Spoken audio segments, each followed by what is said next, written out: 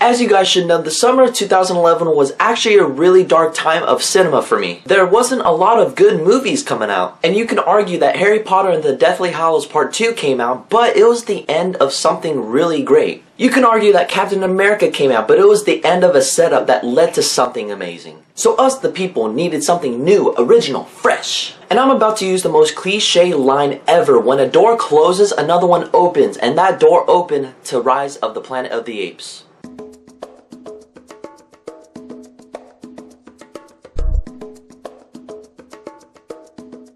Okay, so Rise of the Planet of the Apes.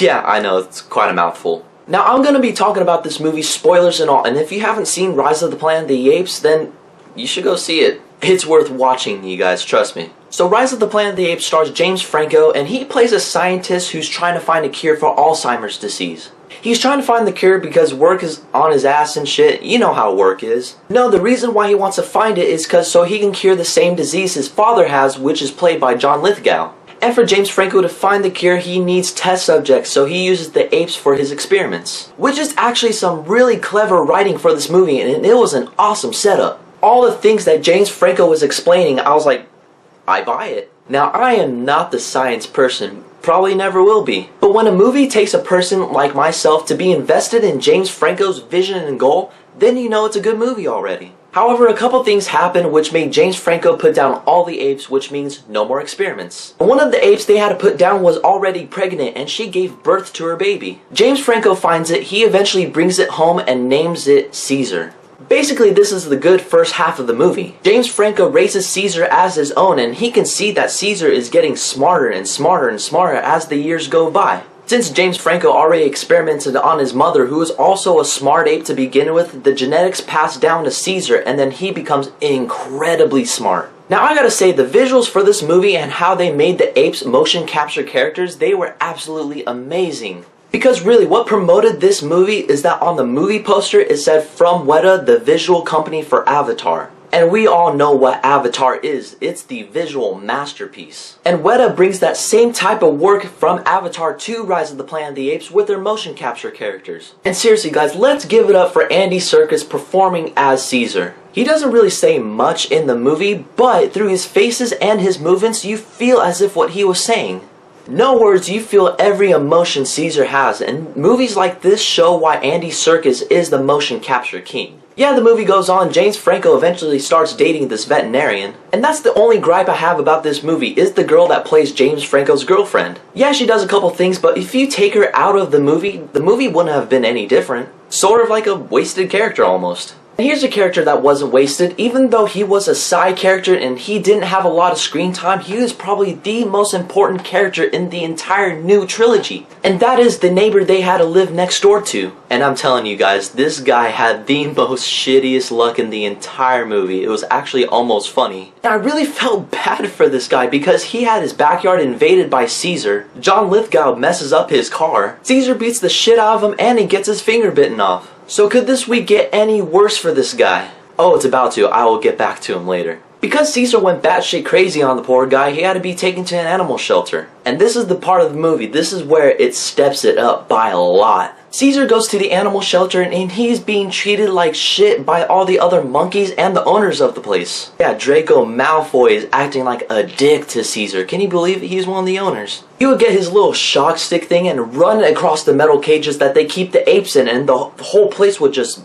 burst up into electricity. He's all laughing, he's like, "It's a madhouse, it's a madhouse!" Which was actually really cool because it is a quote from the original Planet of the Apes. And Draco Malfoy says quite a bit too. And Caesar, he's in the cage and he is getting pissed off. He figures out that James Franco doesn't want him anymore. And the time James Franco does want him back, Caesar closes the cage door on him. He'd rather stay inside the prison rather than go back with James Franco. Major character development right here for Caesar. Because when Caesar first arrived at the cage, he was drawing the picture of the window that he was always looking out of at his own house. But Caesar doesn't want home anymore. Now he wants to get out of there, and he devises a plan with all the other apes. Now this movie turned into a prison break movie. Caesar first breaks out, and then he goes back to his own house to get those little canisters that he was being tested on. The same ones that James Franco uses on John Lithgow to cure his Alzheimer's disease. He later in the movie dies, and it was actually really sad. Then Caesar gets all the canisters and heads back to the animal shelter. And right here is probably one of my favorite scenes of the movie. Caesar is standing in one of the main rooms that they send all the other monkeys to, to mingle. Malfoy finds him and he is about to torture the shit out of him. Malfoy's just beating him up, and then eventually Caesar grabs him by the arm. Then Malfoy's like, "Get your stinking paws off me, you damn dirty ape." I was like, oh, I see what they did there, but Caesar looks at him and says, "No!" And I remember in the theater, I was like,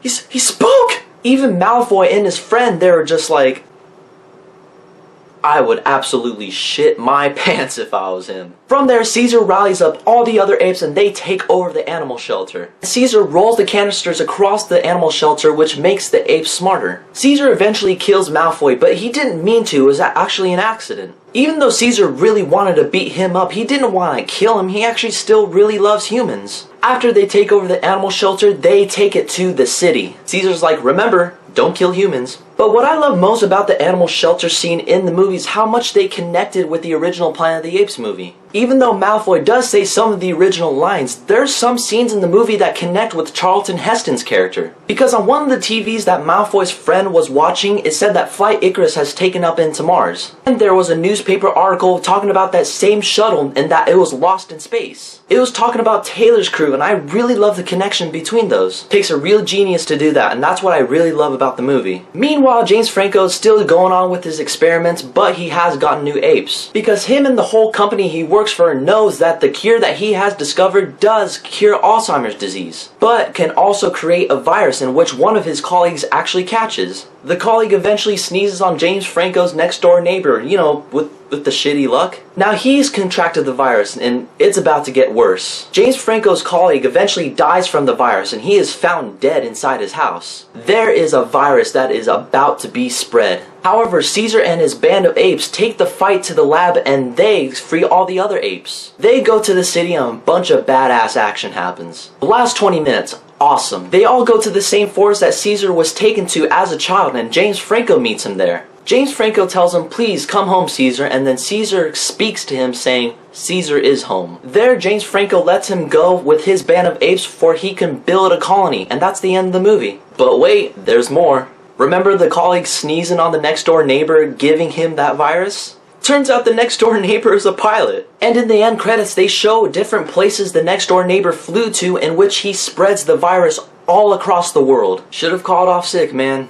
So Rise of the Planet of the Apes was an awesome setup to this new trilogy, or as I call it, the Caesar trilogy. It was cleverly written and well acted. The visual effects and the motion capture characters of the apes was absolutely phenomenal. Andy Serkis portrays an amazing Caesar, and this ended up being one of my favorite movies of 2011. It's like the more you think about this movie, the better it gets. Because when it comes down to it, the movie, it's all about execution, and the execution is absolutely amazing. Because I say that Rise of the Planet of the Apes is absolutely legendary.